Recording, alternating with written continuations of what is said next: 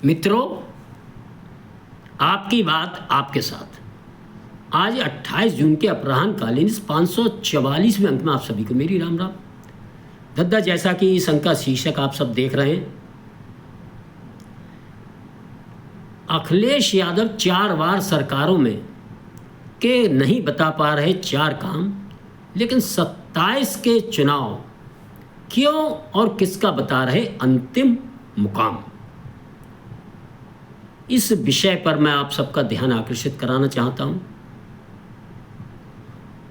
और इस अंक का जो मैं आपके साथ चर्चा बतवतो कहना हूं, इसकी प्रेरणा मुझे अखिलेश यादव द्वारा भी एक जगह वार्ता करते हुए कि वो कहीं क्षेत्र में, ग्रामीण क्षेत्र में जनता के बीच तो कभी जाते नहीं हैं, वह केवल पत्रकार या अपने सोशल मीडिया ट्विटर पर अपनी बात कहकर ही राजनीति एसी कमरे में बैठकर लंबे समय से करते आ रहे हैं। मित्रों, इसी क्रम में उन्होंने एक जगह वार्ता करते हुए 27 के चुनाव को अंतिम चुनाव बताया। मित्रों, ये किसका अंतिम चुनाव है? क्या समाजवादी पार्टी का अंतिम चुनाव है? क्या अखिलेश यादव का अंतिम चुनाव है?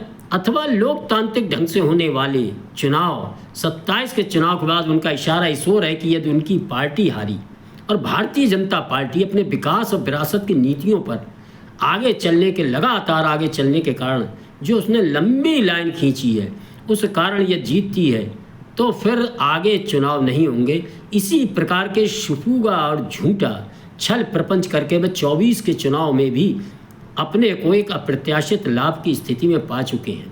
और इसी कारण 24 के चुनाव में आप सबने देखा होगा कि भारतीय जनता पार्टी 400 सीटें पाकर आरक्षण खत्म कर देगी, संविधान बदल देगी। इस प्रकार की आधारहीन बातों, भ्रम फैलाकर उन्होंने जनता के बीच अपने लिए समर्थन पाया था। मित्रों, इस 27 के चुनाव में भी योगी आदित्यनाथ की विकास, विरासत और कानून व्यवस्था के मुद्दों पर कहीं मुकाबला न कर पाने के कारण 4 बार समाजवादी पार्टी की सरकार, जिसमें 3 बार इनके मुखिया संस्थापक स्वर्गीय पूर्व प्रधानमंत्री मुलायम सिंह यादव ने सरकार चलाई थी, और चौथी बार अखिलेश यादव ने पूर्ण बहुमत की सन 12 से 17 तक जो सरकार चलाई थी, उन 4 कार्यकाल के आधार पर वह किसी भी गांव में ऐसे कोई काम नहीं दिखा पा रहे जो सरकार ने सबके लिए, सबके विकास के लिए गांव स्तर पर किए हों।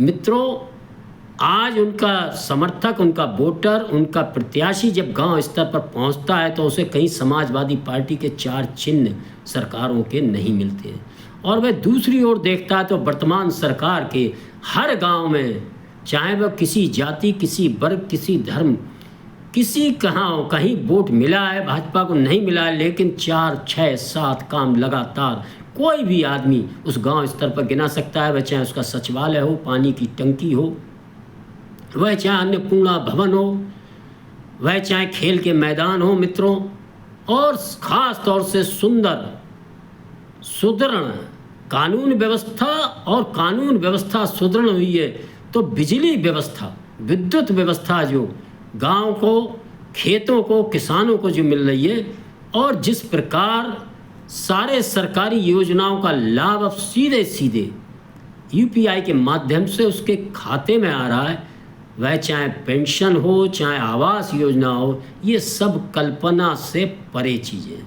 मित्रों, इन सबसे ऊपर गांव, गरीब किसान, झुग्गी झोपड़ी के इंसान के बच्चे के लिए, मजूर के बेटे को हजूर बनाने के लिए जिस प्रकार वर्तमान सरकार तेजी से, बड़े सुंदर तरीके से गांव-गांव में प्राइमरी स्कूल, जूनियर हाई स्कूलों की अवस्था सुधारती, शिक्षा का स्तर जिस प्रकार परिवर्तित हो रहा है, वह सब गांव के लोगों को दिख रहा है। यदि हम अपने गांव के स्कूलों की ओर ध्यान देंगे और जरा पुराना समाजवादी पार्टी की सरकार के समय की व्यवस्था को ध्यान देंगे तो हमें सब समझ में आ जाएगा। मित्रों, ये सब काम देख के कहीं ना कहीं निश्चित ही अखिलेश यादव को एक घबराहट, एक भय का अनुभव हो रहा है, और वह अपना भय छुपाकर इस प्रकार के भय को वह किस प्रकार लोकतांत्रिक ढंग से होने वाले चुनाव पर एक प्रश्न चिन्ह खड़ा करने का प्रयास करके अपने समर्थकों के बीच भय का वातावरण बनाने का काम कर रहा है। वह उनका 2024 के चुनाव में दिखाए हुए भय से पाई सफलता है मित्रों। लेकिन एक पुरानी कहावत है, दद्दा मेरे कहते हैं घर के, कि काट की हड़िया बार बार न चढ़ती है। एक फेरा चढ़ गई, अब वो दोबारा ना चढ़ेगी।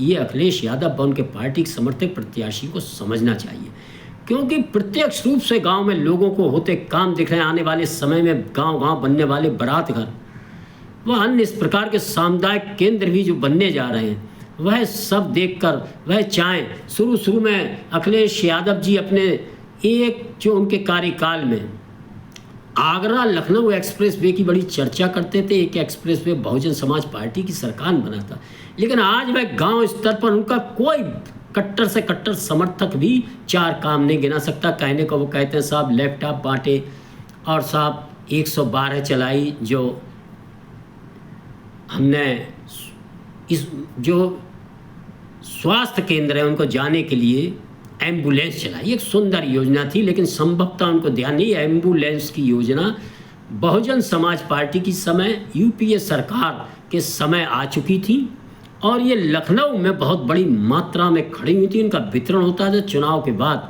वह काम अखिलेश यादव के हाथ वो मुख्यमंत्री पद पर निर्वाचित हुआ था। खैर अच्छा काम था किसी का, लेकिन उस समय की स्वास्थ्य व्यवस्था क्या थी वह हम सब ने देखा, किस प्रकार भ्रष्टाचार की शिकार थी।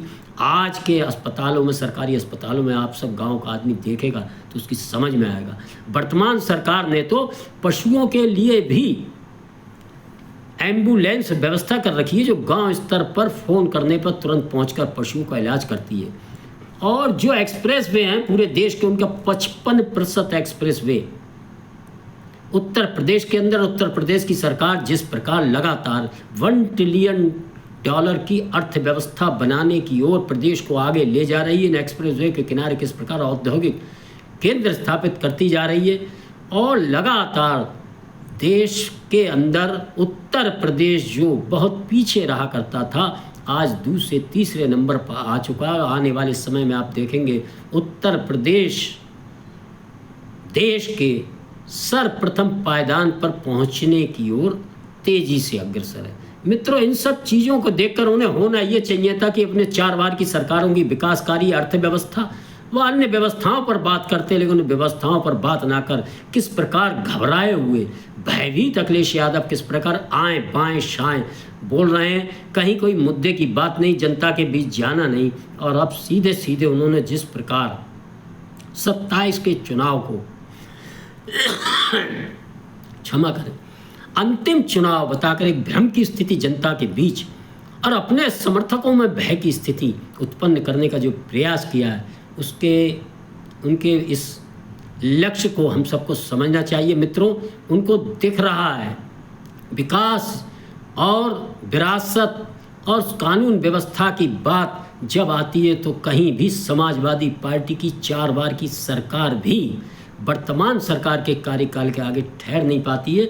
और वह जान रहे यदि यही स्थिति रही और लगातार तीसरा चुनाव भी यदि वह हारे तो उनकी पार्टी की, समाजवादी पार्टी की, और उनकी क्या स्थिति होने वाली है वह उनको खूब मालूम है। 27 का चुनाव किसका अंतिम चुनाव होगा, ये तो 27 के चुनाव के परिणाम जब आएंगे समझ में आएगा। मित्रों, मेरा अनुरोध है, लेकिन एक बार अपने अपने गांव में हम सब लोग जहां रहते हैं ज़रूर देखें।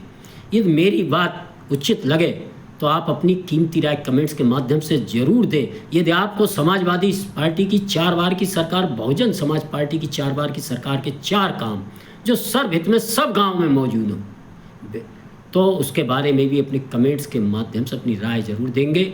आप सब ने सुना, इसके लिए आपका बहुत बहुत धन्यवाद। जय श्री राम, जय श्री वाल्मीकि भगवान, भारत माता की।